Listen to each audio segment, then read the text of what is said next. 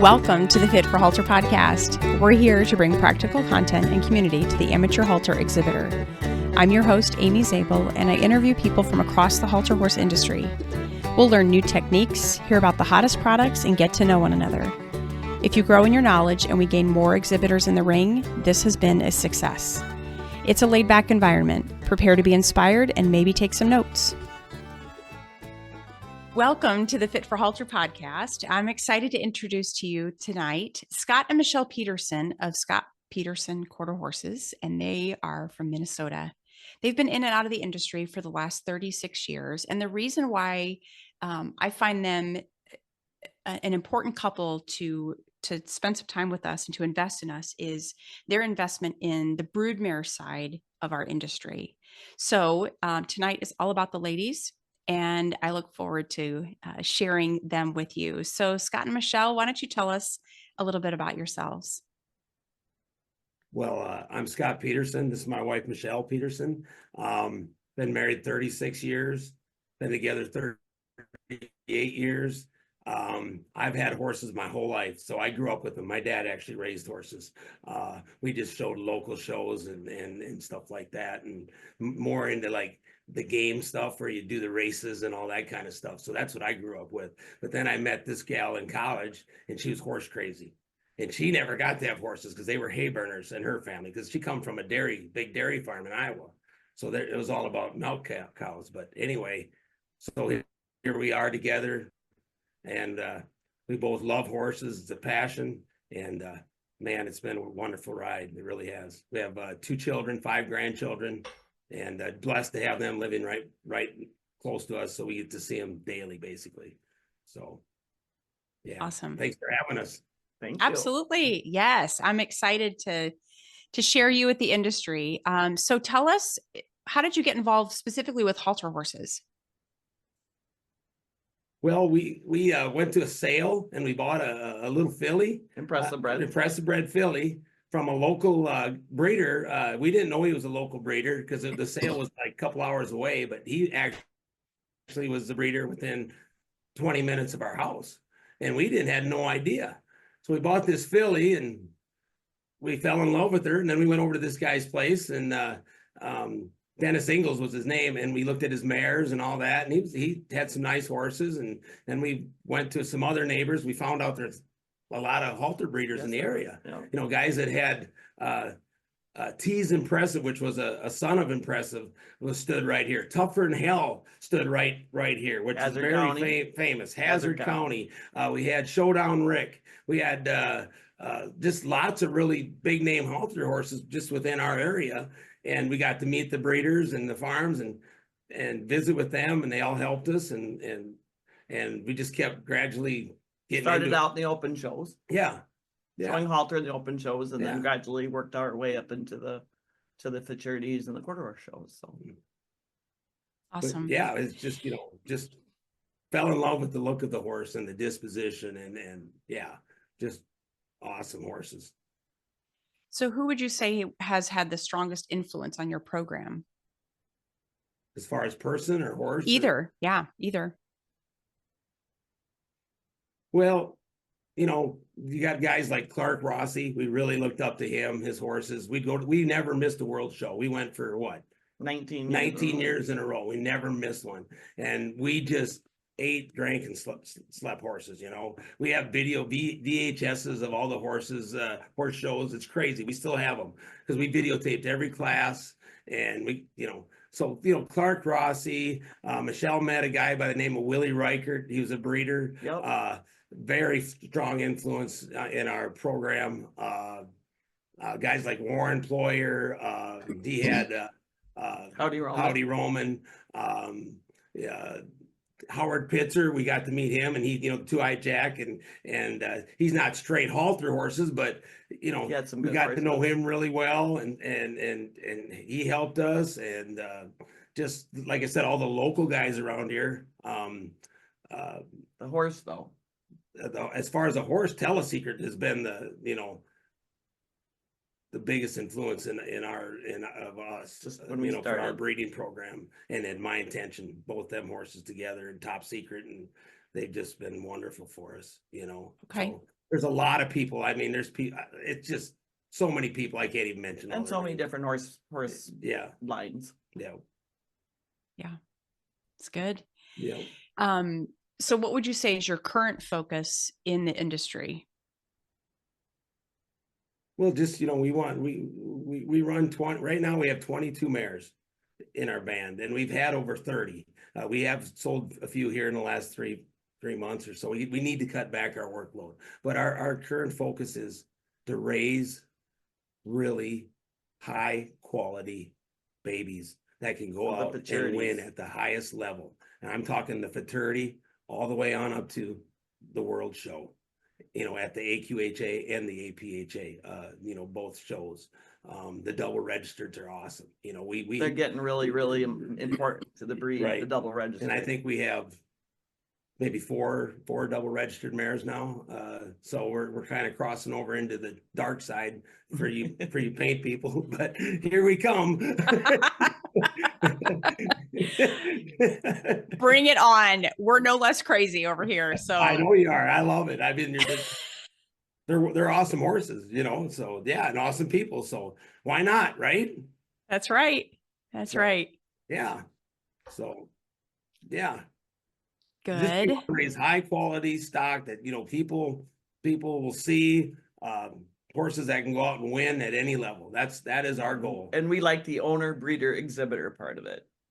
That we bred them, we owned them, and we showed them. We're DIYers. And that's what we enjoy. We do it ourselves. We do everything ourselves. Yep. Now, not that we won't send a horse to a trainer, because back in 2002, we sent one to Ted Turner, a horse that we raised by the name of Unique Conclusion.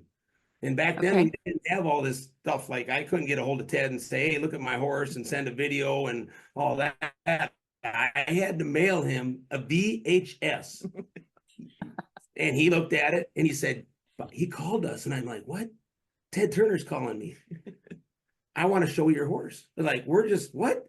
Yeah, I will take your horse. So we were like, oh my goodness. So, and he was a nice horse. Actually, Sandy Ellis, I think, told Ted about the horse. So, that perked up Ted's ears, because Sandy Ellis is, a very, very good breeder. She's a very influential person. And knows her, So that kind of got us, going. And unfortunately, the horse died before the show. We lost from a colic episode, but it's the horse business. You have the highest of high and the lowest of lows, Amy, and it's you got to ride it up and down. Too many people get in and out too fast, and I get it. But if you really, really love it, you got to. It's in anything you do too. Not just horses. You got to take the good with the bad. You got to keep pushing through, right? Right. And we've lost some good ones this summer. Oh my gosh. And I feel so sorry for them people, I mean, it's just, horses cannot be replaced. We're all breeding for that next great one. But to get to that level that, my intention, hearts on fire. And I mean, there's more of them. It's so time consuming. It's so much work. People don't understand getting a baby on the ground. It's not just buying, I got a broodmare.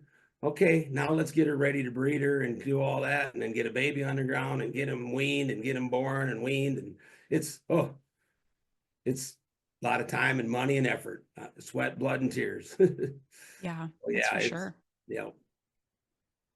Well, like you mentioned, there's a lot of important details to the broodmares, to the pregnancy and foaling. We'll try to narrow down or focus on a few of them, because it's a huge portion of the industry and pipeline for the babies, like you mentioned. So let's start with your thoughts about broodmare selection. What qualities do you look for when choosing a broodmare? Well, I let Michelle choose the broodmare. She's the one she's got the great eye. So if she says, Scott, you're buying that mare, I'm saying, all right, how much you gonna cost? So let's get it done. I don't mess around. I'm not one that calls around and kicks the tires. If we're inquiring on a horse, we are intently very serious, and we are ready to buy now. We're not gonna take 2 days to think about it. But if Michelle sees it, and she's like, this is it, hey, I'm not arguing with her, right? Right, Amy? All right. But you know, Confirmation is number one. Yeah, confirmation. They got to have confirmation. And I'm talking from There's so many different aspects from of their it. head to their tail. I mean, there's so if they got more than 3 holes in them, I will not even look at them. And I'm talking about their neck set, their slope of their shoulder, where their wither sits, their pasterns, you know, their bone, The croup. their croup, their back, their loin, their hocks, you know, all that. It's all got to be like a painting, flow together. And if yes, they can all have a few. They have you allow a few. I allow a few Faults. conformational faults that I think I can breed out of them, you know, with the right cross. But they got to be pretty close to perfect, and then they got to have the maternal blood side. If they don't have a good mother and it's just a mother, then oh, maybe it was a fluke, you know. This one's so nice, but so I want that solid bottom breeding from the dam to the grand dam to the great grand dam, and if they got all that going on, we're talking, you know, that this mare could be a producer as a brood mare, and that's how we make a selection. You got to be very, very fussy, very, very fussy. So and then soundness, and then disposition.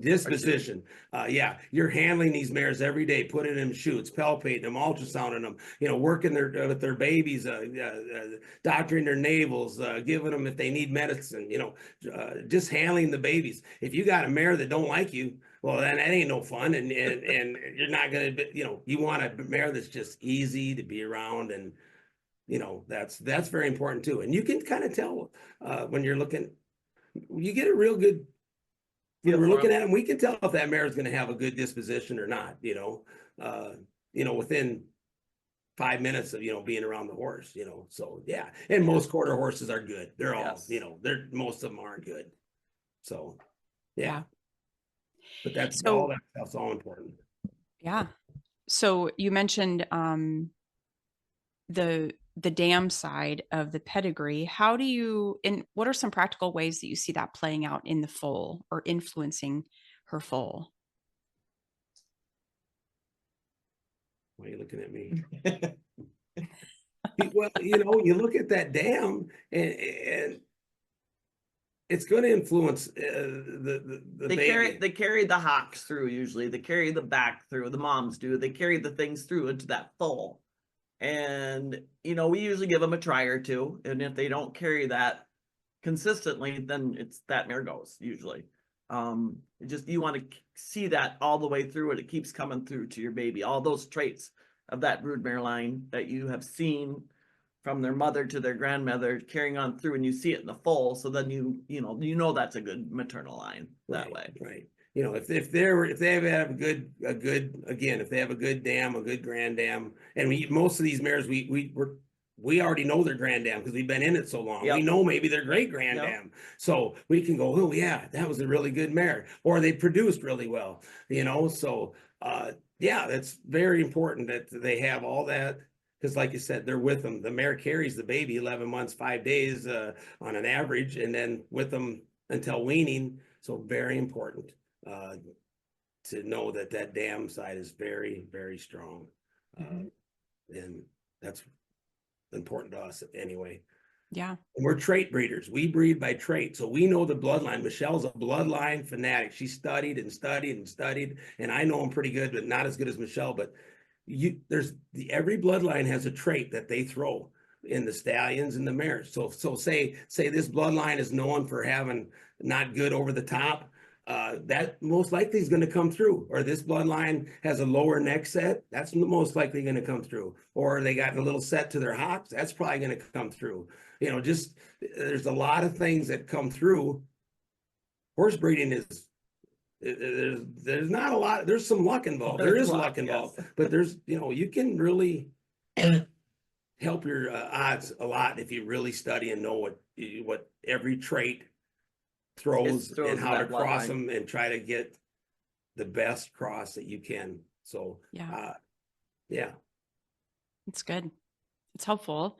So let's say I'm attending one of the big shows this fall, or maybe the Bradshaw sale in October, and I'm shopping for a mare to add to my program. What would be the top 3 things that I should look for? Produce record. produce record is good. If you have a mare that's already got a produce record, and especially with more than one stud, you know, a different stud, a different sire, they're probably going to be a good producer for you. So that's very important. Don't let age bother you either. No. I mean, everybody thinks you got to have a young mare or a mare that they're going to have their best babies when they're young. Sometimes them older mares are the ones that I know some breeders that have bought the old mares because that's all they could afford, and they started a program around them old mares, and they've done very, very, you know, been very successful. So, but that quality again, you got to have the confirmation. If they have more than 3 holes in them, you cannot. And Terry's got great mares. It's got great mares, and people are going to have an opportunity because Terry's just cutting numbers. But there's going to be a lot of opportunity there at Terry's or the World Show or wherever. There's always an opportunity to buy a mare. Now, you know, they're going to be in every price range too. So I mean, you got to decide. But I always say buy the best you can afford, not the most that you can afford, the best you can afford. So quality, not quantity, and then less is best. So unless you're addicted like Michele and I, so you know, 22 mares, that's on the low side. That's not, we feel like we don't have very many horses. And we know them all just by name, and you can look at them and we know I mean, they're like our family. So yeah, but you got to look at, like Michele said, the produce record, how many foals. Is very important. There's a lot of mares that are every other year mares. There's mares that have had 10 foals and none never produced nothing. And not saying, I mean, Willie Reichert always says there's a world champion in every mare. You just got to find the cross. So haven't heard that. Okay. Yes, that's one thing Willie has told us. Every mare has a world champion. You know, within reason. You know, Sure. You know, there's a little niche. There's a niche. You have to find that niche within the breeding, and if it works, I mean, you could look out. It works, but it don't always happen because you've seen full sisters and brothers and that, you know, don't look alike. But if you're looking for a mare, buy the best that you can afford. And just be very fussy, confirm, learn, train your eye, talk to somebody that knows and trust them. You know, don't, Michele and I, we won't even buy a mare that hardly has 2 faults because it's just like, it's too hard to breed. It's too hard to breed that out of them. Yeah. So yeah. And everybody likes something different. There's people that go crazy over hind legs and muscle, and there's people that go crazy over pretty heads and necks. And that's all awesome. But I want the whole package. I want the whole package. The profile. I want that profile that's just that archy back, that nice croup that just flows so nice, and you know, and through the hock and low hocked and high necked and pretty headed. I mean, I could. Yeah. High standards. I like it. Yeah. Yep. So, shifting a little bit to care of the broodmare, what are a few key aspects of broodmare care during pregnancy? Well, everybody is going to have a different program, right? I mean, in a general, you need to just, nutrition is very important for horses. You need to maintain them year round. It ain't just when they're having babies. So from the time they're, you got to bring them in, get them under lights if they're open, or you bring them in 45, 30 days before foaling, start getting them, you know, settled in, get them fed, feeding them good. We feed ours year round grain just once a day, but they're free choice alfalfa 24/7, all the fresh water they can get, and then a very good mineral program. Very important. We learned that from Gene and Kay Wilson. They said, you got to have your mares on mineral because that's their legs. And that foal is developing in that mare, and it's developing the joints, the skeletal system, all that. And if you're not feeding that mare right, don't expect it to have a great baby. I mean, it could come out with it's, you know, they can be malnutrition, everything, you know, I mean, just have bad legs and just because they're not getting, the mom ain't getting the care. It's just like a human. If the mom goes to a doctor, right, and the doctor's going to tell her how to, you know, put the right stuff in your body for your baby. So, you know, so the mares is very important. You got to feed them year round, and the minerals and salt, and don't get them too fat. And you don't want to have them fat. I mean, Hey, the best color on a horse is fat. I'll tell you that. I mean, I love a fat horse, but if you get these mares over fat, they can have problems foaling.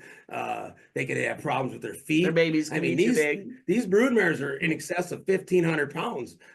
So I mean, you don't want that baby to get too big, and you know, it's just there's a fine line there. You want to take care of them, You want them in nice shape. but you just want them in nice flesh.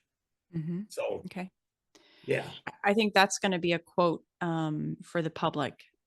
My favorite color is fat. I love Fat it. cells. It's fat cells. That's an old horse trailer thing. Fat cells. You like that one, huh, Amy?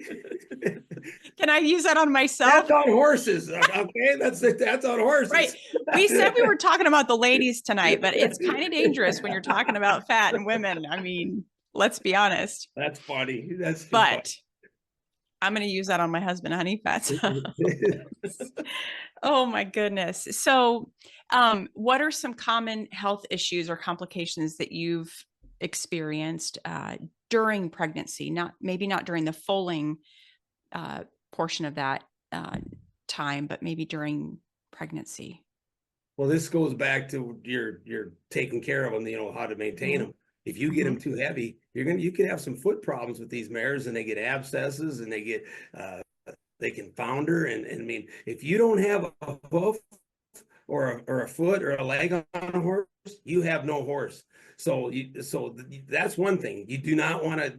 You got to take care of their feet and make sure that they're going to be sound through the pregnancy. Because if they get sore, they're gonna be laying around, and it's just it's not a good deal. And then another thing is placentitis we've dealt with on some mares. It's one mare. Yeah, they get infection in their uterus, but that's something I don't know how. That's not something that you really. It's not an event. It's not a common event, but it's more common, but there's really no preventative way to take care of that. You can give them a CAD look and stuff. That's supposed to help, but. We ran into that. We had an embryo her. Yeah. So. Okay. But we really don't have a lot of problems. The mares are out in pasture, you know, until the 30 days before they foal. Like I said, we get them into their stalls, and then here we go, foaling season, and make sure they get out for exercise after they foal too. You know, they just don't leave them locked up in a box stall. So a mare that's out in the pasture, they're grazing animals, right? That's where they're supposed to be. God made them to be in a pasture. We're the ones that brought them into box stalls and want to have January 1 babies. So, I mean, in a perfect world, let's have all these babies born in April and May, like the thoroughbred people, and they foal right out in the pasture. And then, hey, let's have fraternities. I'm not knocking any baby fraternities because we love them. We love them. But let's have some yearling fraternities so we're not pushing our babies and ruining them, you know, minds and legs. So there's just a lot. You and I, we could talk about this for days, Amy. But, right. Yeah. So just let your mares be out. Don't think some people think they got to baby them and baby them and baby them. Yes, horses. They're fine. They're horses. You know, they can have a little mud on them. They can have a fly bite them. I mean, yes, we love them and we want to take care of them and we want to treat them good. But just let them be horses and interact with each other, and they're going to be happy as long as they got food. They're happy. It's true. And make sure you have shelter for them. You know, so yeah, rain and wind and snow and all that. But as long as they got someplace to get out of the wind and the sun and the heat. They'll all be good. They're tougher than we all think they are. We're the ones that have made them. What do I want to say? The word pampered. We pampered them too much, right? and we've made them just let them be horses. Yeah, they're tougher than what people give them credit for. Okay. Yeah. So it's good. Yeah. Looking at foals, like thinking about the weaning process and interaction that you have with a brand new baby, what are some of the first steps that you take in caring for a newborn foal? Go ahead, Michelle. One of the first steps we do is the IgG test to make sure they got colostrum. Okay. That's that in the first couple days, I believe you have to do that. So we have the SNAP test here on hand that we do that. Make sure they're up and nursing, make sure they they have peed and urine and defecated. Make sure we give them all enemas. We give them all Yeah, enemas. we give them all enema.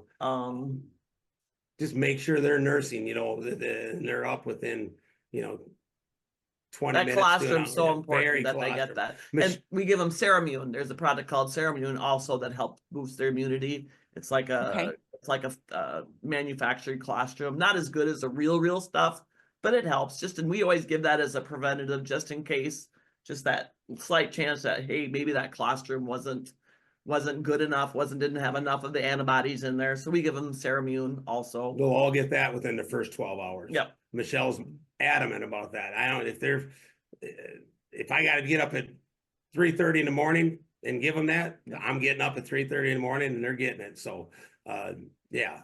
But doc, make sure their navels, make sure the navel dries up good.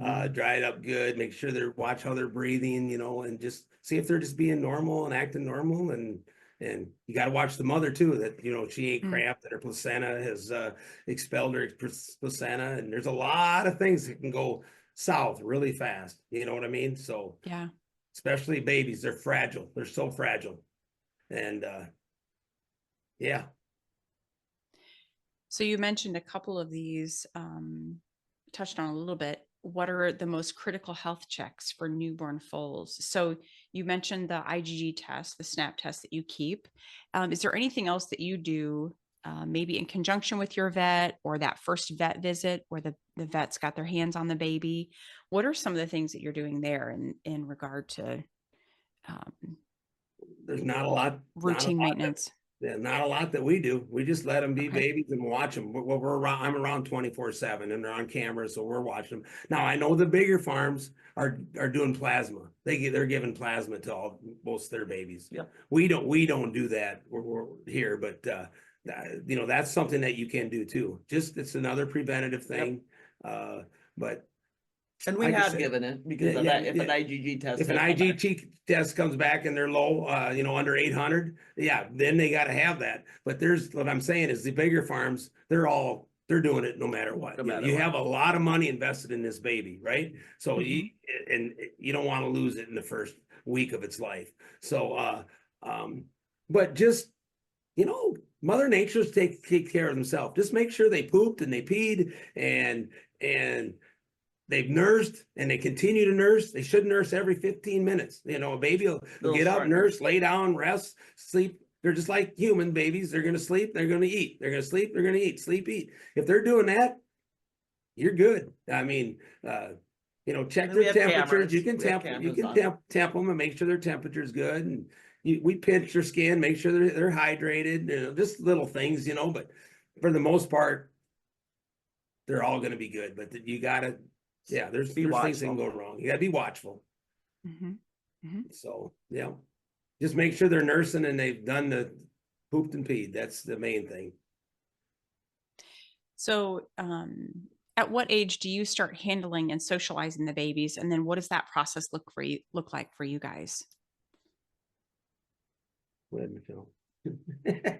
Usually right away, you know, we start handling them. We actually are there helping them to stand from the minute they're born. I'm too impatient. I don't want to wait until they try to stand by themselves. Get in there, Scott, and help that foal stand up. And you know, by the age of probably a couple of weeks, we put the baby halters on them with the little strands and just kind of play with them. And we don't halter break usually until after they're weaned, but just generally just playing with them off and on. Yeah, we're in there playing with them and just being friendly to them and stuff and letting them be horses. But usually at about 3.5 months, then we really start getting serious and start, you know, leading them more and tying them and you know, get them broke the tie. They stand on a wall. We got these Kellermans. Have you seen the Kellerman straps? Yes. The rubber deals. We have like 30 of them, and I mean, and we've had them ever since forever they started making them. So Dave made them 30 some years ago, and he was walking around the sale at the World Show, and what are these? And I thought, oh, this is just a gimmick deal, you know. And but I swear by them. I can put a baby on them, and you got to be around, but they're gonna They're going to give that pressure. Yeah, they're going to give that pressure, and then you got, like I said, you got to be around. And if they flip over, it stretches and they're on the ground, and you have to help them back up. But those Kellerman ties work. Really they're really good. It teaches the baby's patience.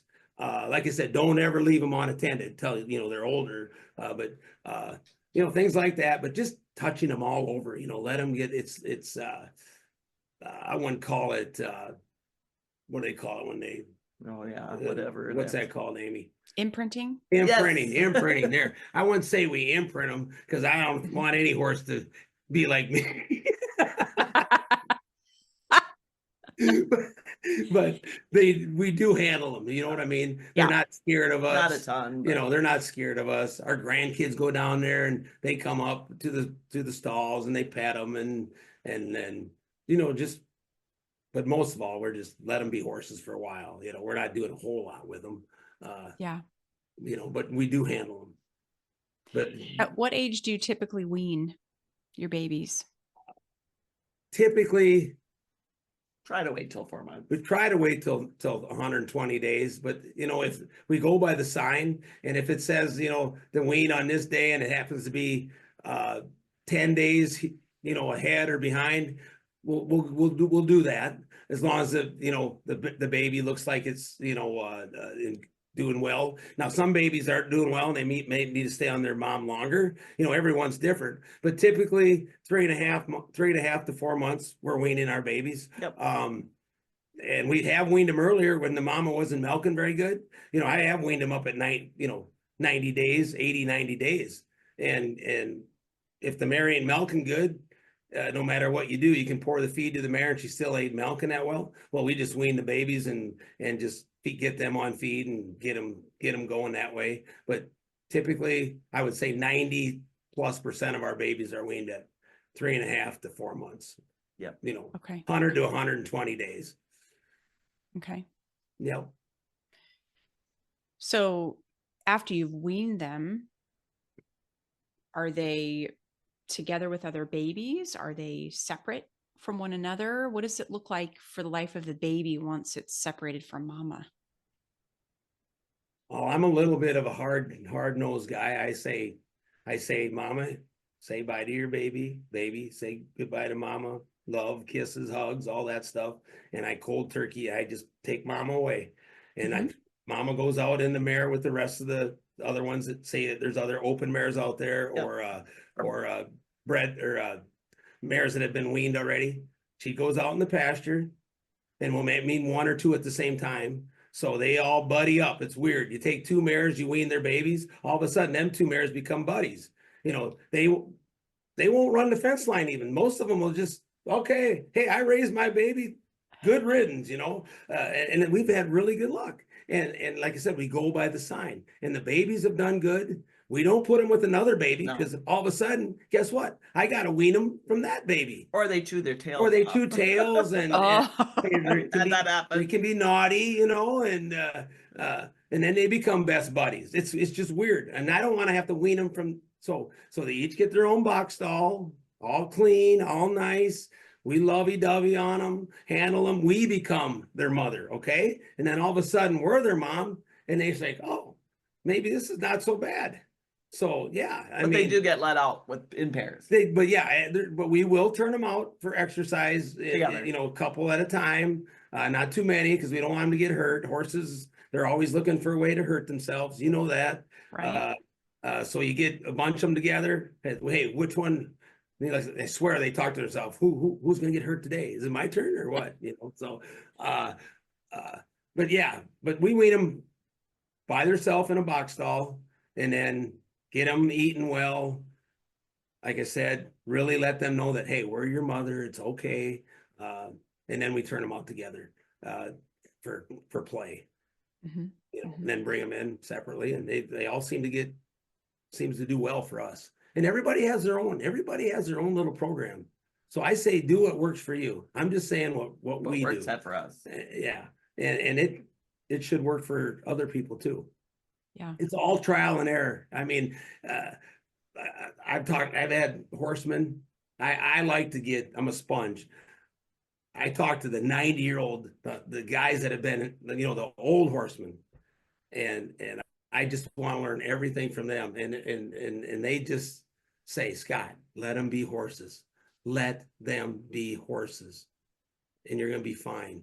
Again, it's the people, it's us that try to do something different, and we can cause more problems. And, you know, an ounce of prevention is worth a pound of cure, or however they say it. You know what I mean?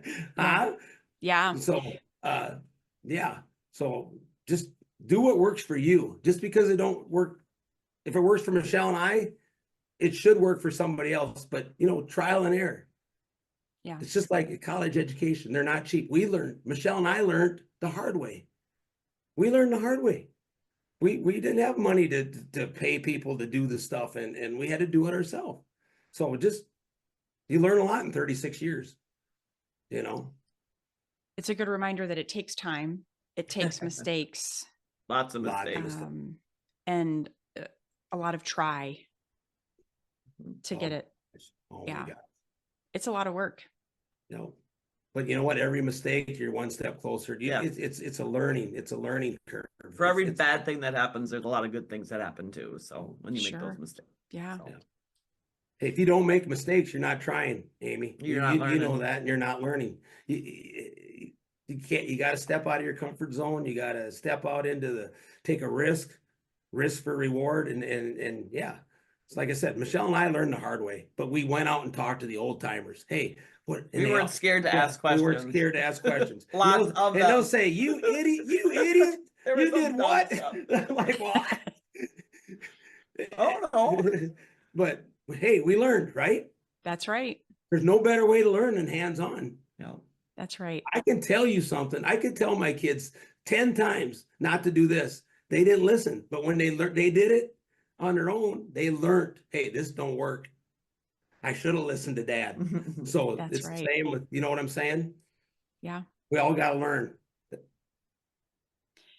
Yeah, you're right. And I do appreciate the reminder to ask other people for help. Yeah. You know, we talked about that a little bit earlier, that we have a small community. We have a lot of new people, and we need more people who are in the ring showing in the halter industry, whether it's in the open shows or at the breed shows. And one of the ways that I think we can encourage people to do that is to realize that asking questions of a professional or a seasoned amateur is really welcomed, because the person you're asking or afraid to ask, they love horses as much as you do. Right. You know? Yeah. And they were once you. They were once that They were person. with you. We all started at some point. And there is no dumb question. If you, hey, don't, Yeah. there's no dumb That's right. question. Yeah. So. It's a good reminder. Thank you.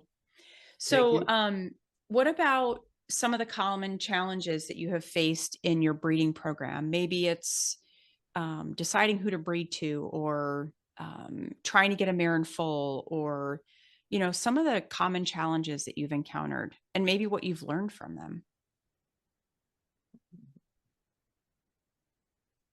Well, right now, I won't call it common. Right now, the most challenging thing in the breeding side of it is that the bloodline. It's a small what do you call it? Pool, gene pool. And it's so hard to find. Everybody and everything is so closely related, and you don't want to cross them up too close, because it's just like, again, we breed by traits. And you're going to get the same trait, but we need to have some outcrossing, older blood, outcross, something different to mix in here. It's just like, hey, I love purebred dogs. I think they're awesome. But and people argue with me, but when you start breeding another breed with another, you can get some really cool dogs. I'm not saying they're show dogs, but they're, for as far as pets and stuff, because we raise dogs too. But we need an outcross. So that's the most challenging thing in the breeding right now, is everything is so closely related. And I like the line breed, and we will line breed, but you don't want to, what do you call, you don't want to, when you get too close, it's called inbreed, you know, we don't want to inbreed. So that's the problem. We need to really look into just getting some different studs out there for all these mares that are, they're all related, you know. We've problems actually, getting mares in foal, keeping them in foal. We don't use a lot of Regimate, believe it or not. We do for open mares to get them bred, because in Minnesota it's cold and we have winter already, and we get our mares under lights the 1st of November. So we got to use Regimate and to help them to regulate, to bring them cycle, into into heat. But as long as their levels are good enough after they're in foal, we don't keep them on Regimate. I know a lot of people do it for preventative, but if their levels test good, there's no reason to keep them on Regimate. So, but you can have some problems there with a few mares that need Regimate. Just getting semen, ship semen for us. Hey, we might have a snowstorm. We ordered semen. We have snowstorms, the airports, and trying to get to UPS and FedEx. It's been a disaster. We miss mares, because they couldn't get the flight out or get the semen to us. That's a huge challenge, because I mean, we put all our time and money getting this mare ready to breed, say the 1st of February or the 10th of February, or wherever we're at. All of a sudden we can't, they're ready, they need it, and we can't get the semen. Now we got to short cycle them, try to bring them back. Well, it's always a challenge. It's a challenge. Breeding horses is a challenge.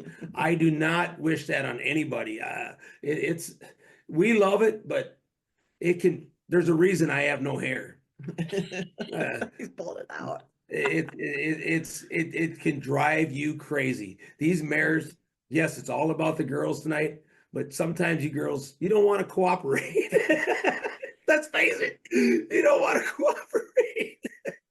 and horses are very, it's awesome when it goes like clockwork, but it's so can be very discouraging when it does not work. And there's just so many things that got to fall together. Back in the day, we took our mare to the stud farm and dropped her off, and hey, call us when her mare's in foal. We were back here, didn't even, but man, there's a lot of work involved in inseminating the mare, getting them ready, ultrasounding them, just getting everything, ovulation, making sure they don't have twins. That's one thing we've had problems with, twins. All of a sudden we get a double ovulation. And it's like, it wasn't there when we checked it, but all of a sudden we got twins, and now you got to pinch one off, and a lot of times you lose them both, and now you're back to square one. And sometimes when you do that, the mare just shuts down and you lose the whole season. And I mean, an open mare, for keeping open for a year, it's not a very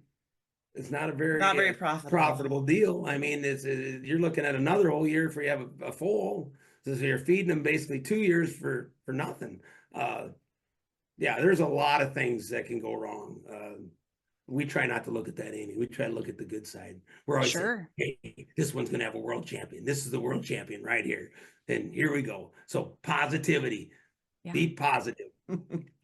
Well, and it sounds like with your long history, with as many mares as you've had, like, it's clearly something that you're passionate about, and you've gotten good at it.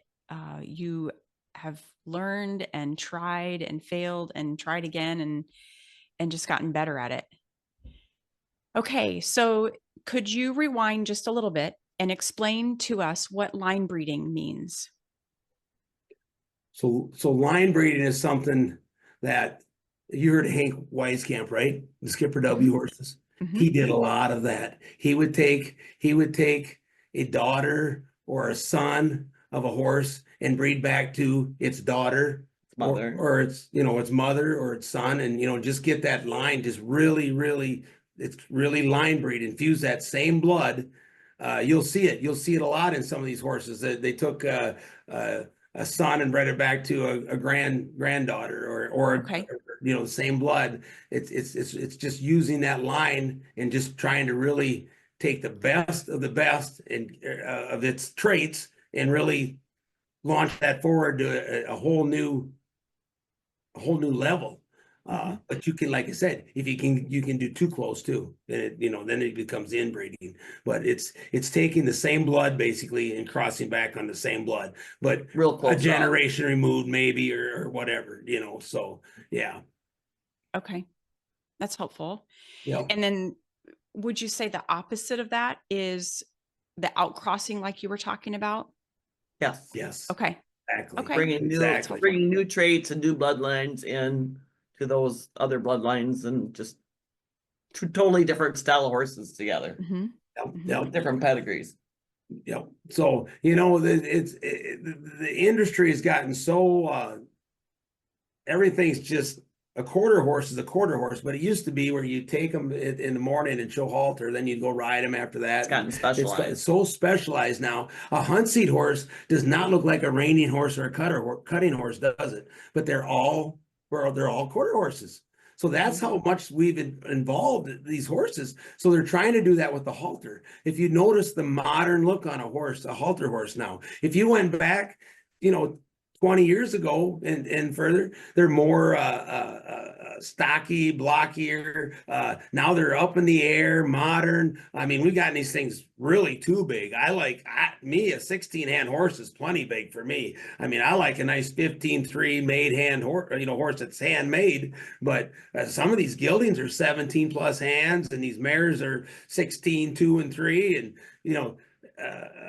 we got to find a horse that can get that bone and that foot structure, because when you build a house, you build it on a solid foundation, right? We need to do that with the horses. So if we're getting too much saturated same blood, we're not getting that outcross where I think we can bring back some more bone and just a bigger foot on a horse, and just a different, kind of step back a little bit, because we're getting really streamlined on, and I love the look, don't get me wrong, but we want the horse, the longevity and the life of the horse to be, a good life for him, so Yeah. yeah, so outcrossing is important. It seems like it's a delicate balance It's a between, very delicate balance. Very good, Yeah. Amy. Yes, between the modern style and having a marketable product, Right. Right. and then being true to the breed and some of its Yep. origins. Yeah. And it's like so many people don't want to go back. They don't want to go back. Once you're at a level, you want to keep going forward. But sometimes we need to step back and then come forward a little bit. So, yeah, I don't know. We got, like you said, it's very delicate. You gotta raise what's marketable. But again, I want the longevity of the horse. I want to see these horses thriving at age 6, 7, 8, 9, 10, 12, 15, 20, 21. You know what I mean? Living their best life. I ain't out for just getting that fraternity baby and that's it. We love them too much. It's just, we really care about the horse itself. So yeah, it's just, if you find out the answer, let us know. Yeah. We want to learn. Who knows what'll leak out in one of my episodes, right? The magic silver bullet. Get out your ball and all that. Yes. You get on your hat like Johnny Carson back in the day. Oh my gosh. Yeah. Yeah. You can tell us, yeah. Johnny Carson. That's some good stuff right there. We'll get but a horse will come along. Another thing to go back, I'm stepping back now for breeding. It used to be, so there's NH horses and there's NN horses. And it's maybe a touchy subject for some people, but now it's so hard because we can't breed NH to NH, and nor do we want to. We don't want to do that.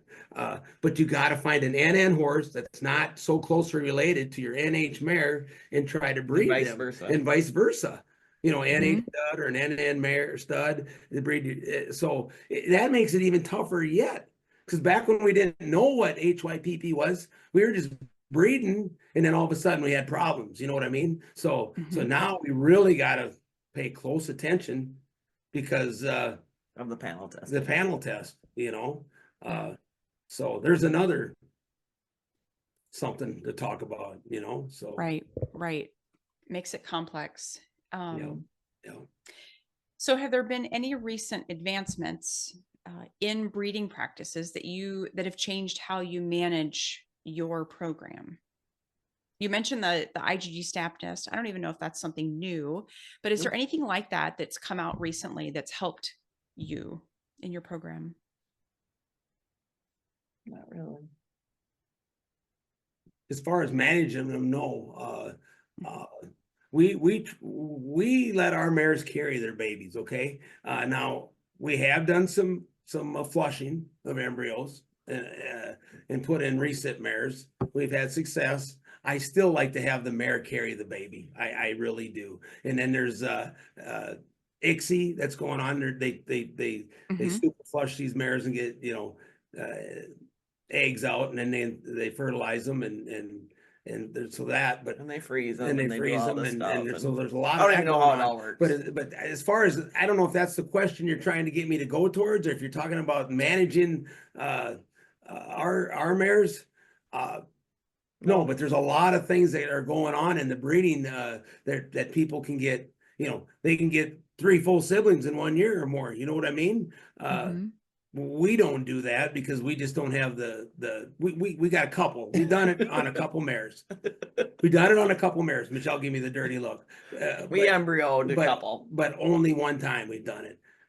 Quite frankly, it's very expensive, and so you need to have a very good mare to do it, or you need to, your mare's got to have some problem why she can't That carry. was her. That was the Plastiantitis mare. That's the mare that we had Plastiantitis with, and she couldn't could not carry. She was such a great mare, and we tried for 3 or 4 years to get her to carry the baby, and she never did. We'd always lose it at maybe 90 days. We'd get a viable fetus up to 90 days, and then we'd lose it. So we had her all checked, had her scoped, had her biopsied. We done everything with her. We stitched her, kept her on Regimate. It just, nothing worked. So then we flushed her, and we got 2 beautiful babies out of that mare. And it was awesome that a mare that was Michelle's mare that she actually bought.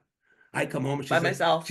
I come home, I bought a mare. It's like, you did what? Oh, I bought a mare today. And if anybody that knows Michelle, she wasn't that way when I married her. She was like, she just bought a mare. And I'm like, I was actually happy for her. Well, awesome. Well, that was her mare. And then she went out and she bought 2 daughters of that mare.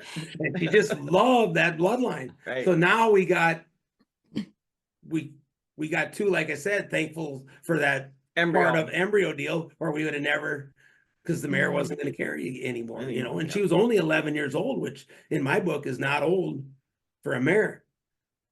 But hey, thanks to that, we can get more babies out of her, right? Yeah. So, well, and you did the work to figure out what was going on and what wasn't going to work. Trial and error. There you go. Trial, error, and then a whole lot of money just flushed down the toilet. A whole bunch. So that you'll never recoup, but hey, when you set your mind out, hey, we achieved what we wanted. We made our goal, and that was to get some more babies out of her. Yeah. And her filly this year's name is Hallelujah. That's her register. Oh, I love it. Because all the work we did to get it, Hallelujah, finally got her done. So Michelle registered her name Hallelujah. So there we got. That's fantastic. Yeah. Love it. So what is your favorite memory involving a broodmare or a foal from your program? So many of them. There's so many of them. Every one of them is a favorite. I mean, every birth is a miracle. I mean, it's just like we see every one of them. Yeah, we do. We don't miss a one. And it's we didn't miss one during the Super Bowl. Yeah, Super Bowl. We were watching Kansas City and whatever. And Travis Kelce was playing. Her name ended up being Kelsey. Yeah, so we missed her. So, but I looked on the camera, and this was a maiden mare. Okay, never had a baby before, so I didn't know, and she wasn't due. She didn't wax. I looked in the camera at halftime. Nothing wrong. I noticed she didn't eat at feeding time, at night feed, or your evening chores. And 10 minutes later, I look back.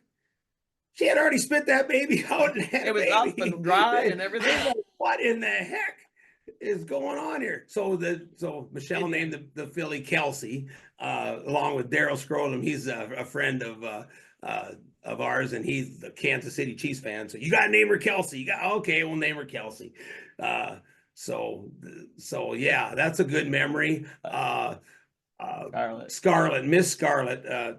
It's a kind of a story. This was 2 years ago. We had a filly.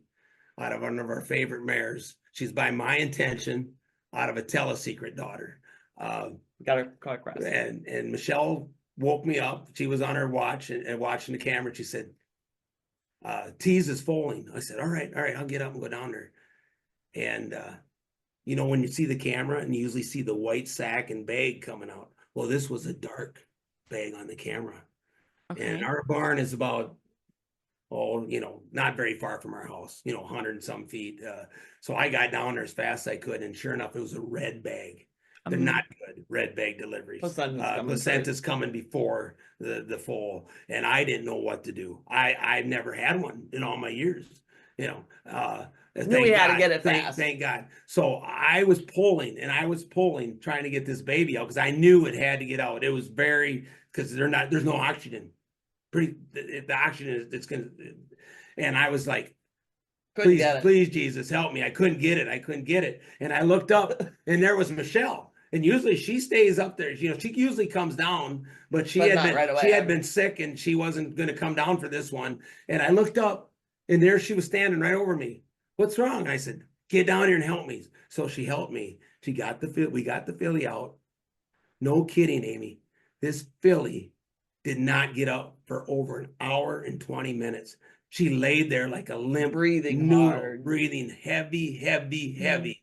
And I thought, we're gonna lose her, you know. And I was hitting on her side and just trying to get her. And we prayed quite a bit, and we were gonna get the vet over, but it's hard where we're from. Where, you know, vets aren't frequent. I mean, there's like, you get a hold of them. It's like, we're not in horse country, okay? We're in a very rural area, cattle area. So we do a lot. Like I said, we do a lot ourselves. We do as much as we can by ourselves. Still have way too high vet bills every month, but hey, that's the way it is. But this filly jumped up like nothing was wrong, went to nursing, running around. I've never seen nothing like it. It was a miracle. So Michele says we're going to name her Miss Scarlet because of the scarlet bag. And she just kept maturing so good. And Michele had not shown a horse in 20 years. And she said, I'm showing this filly this year at the Breeders' Halter Fraternity. Okay. Oh, you kind of made me. Okay. And Michele, she had been sick. She'd been going through some stuff, and it was something for her to look forward to. And she went out and practiced with her every day. And by God, she went there. I fit the filly, and she went there, and she won every class she went in, and she became grand champion mare, overall mare at the BHF. A baby. That's awesome. Over all of them as a baby. And she was a March 12th or 14th filly. So she wasn't a January baby, but she beat them all. And Michele showed, and I mean, it was the most, it was awesome. It was awesome. It was like something you dream of, and you couldn't script it any better. It's like, and you see that a lot with horses that go on and win the world and win, like, race horses, halter horses, pleasure horses. They all got a story behind them. It's weird. Yeah, it's that's so true. weird. They have a story. Everybody has a story to tell about them. Yeah. None of these things are just born perfect. Some maybe have, but that just is, you know, a perfect storyline. It's awesome when it's got the trials and the errors and all the stuff, and you got a story to tell. That's maybe people say, you're a little far-fetched, but no, it's a true story. And that's what makes it even better. You know what I mean? Yeah. That was so awesome. We ended up losing the filly at the WCHA. It was the saddest day of my life, but just so thankful that we had her for the time we did. And she could have not even made it stand up. You know what I mean? Right. We could have lost her at birth. So still thankful for her, thankful for the memories. We have a full sister to her right now that we think is awesome. Actually, we have two full sisters to her. And one is just very special. Actually, I think God gave her to us because it's a dead ringer to her. It looks like, I think every time I go down there, it's like, what are you doing back here, Scarlet? It's you. And she looks at me and it's like, it's her. It's her same face, her same head. It's like, you come back. And it's weird. So yeah, there's a little touching thing there. So Sorry, I got Michelle's got right. But these Oh, horses, these horses can touch your heart, Amy. they So, do. Yep. you know, and like I said, it's good touches and there's bad touches. But the people you meet along the way, we wouldn't change it for anything. I'd rather have $1 million fun and die broke than have $10 million in the bank and not gone through what, you know, it's so fun. Horses Yeah. are they're so good for you. Agreed. What is that? How's that saying go? The outside of a horse is good for the inside of a man. Yep. Mm, Yep. yeah. Yeah. Amen. Yep. So, what advice would you give to someone new to breeding or considering becoming a broodmare owner? Do your We've homework. probably done some of that throughout the entire conversation, but do your homework, talk to people that you really trust, people that you've seen be successful. Again, buy the best you can afford. If you're going to do anything, do it to the best of your ability. best of your ability. And I understand we all have to start out. Michelle and I started out, we couldn't afford, like I said, we bought old mares and cheap mares and we tried, but just keep moving up. But you know, get your one, see how you like it. Then if you're like me and Michelle, pretty soon you're going to have 2, then you're going to have 22, then you're going to have 32. I mean, it's very addicting, but you know, if you're something you really have dream about, I say go for it. But talk to people that have been successful and let them help you, you know, get started and be honest. Tell them your budget. You know, hey, if you can, there's a horse out there for everybody. There really is. And what is your goals? Not everybody has a goal to win the world championship. I mean, when we first started out, hey, we just wanted to raise a baby. Fun. We thought it was just awesome to have a baby, you know, and you know, everybody has different levels. But always be chasing your dream. I always say that, chase your dream. And if that's what you want to do, go for it. And by all means, but be prepared. There's a lot of work involved. And a lot of work and money. And their money. And the buying the mare is probably the cheap part because you're gonna have a lot invest. No, seriously, the stud fees, the shipping, the mare care, the taking care of it, the getting the baby. There's so much. There's so much. But by all means, go for it. I mean it, but you know, just do your homework first. Don't just say I'm gonna go buy a horse and breed it, because not every horse should be bred. Really, they shouldn't. Just make sure they're high quality horse, you know, and know what you want to do, what your goal is with the foal. So that's very important. It's good. So on the flip side of that, what is the best piece of advice you've ever been given? If you had to narrow it down, I'm sure there's a lot of advice you've been given over the years. There's so much. But if you had to narrow it down. There's so much advice. I don't know. You have to think about that one. We never did get the best piece of advice you've ever been given. That's a tough question, Amy. You're stumping me there. Buy low and sell high. Wait, are we talking about cars or horses? No, that's not it. I'm just making up. Basically, I still think Willie Reichert's that really good one is every mare has a world champion. You just gotta find that right niche. Yeah. Don't give up on your dreams. I mean, this isn't advice, but don't give up on your dreams. You know, don't give up. If you have a dream, because it's hard. You know, believe you can achieve it. You know, that's the best advice I can give anybody. If you don't get discouraged, if you can believe it, there's a lot of discouraging stuff that happens. Yeah, but if you can believe it, you can achieve it. Yeah. So I mean,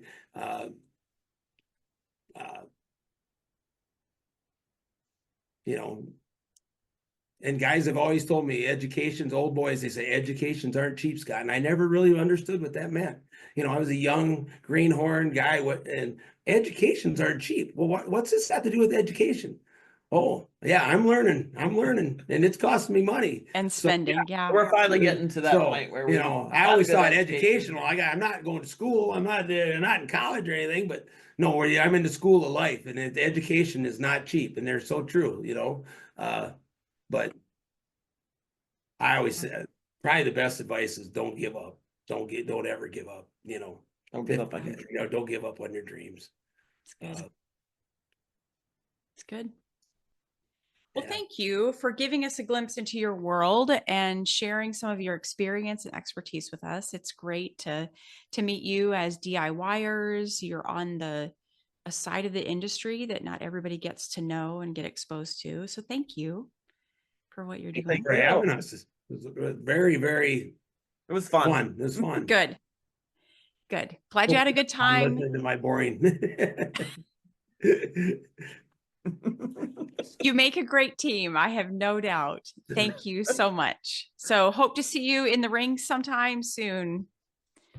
We'll see. We'll see you this fall, I'm sure. All righty.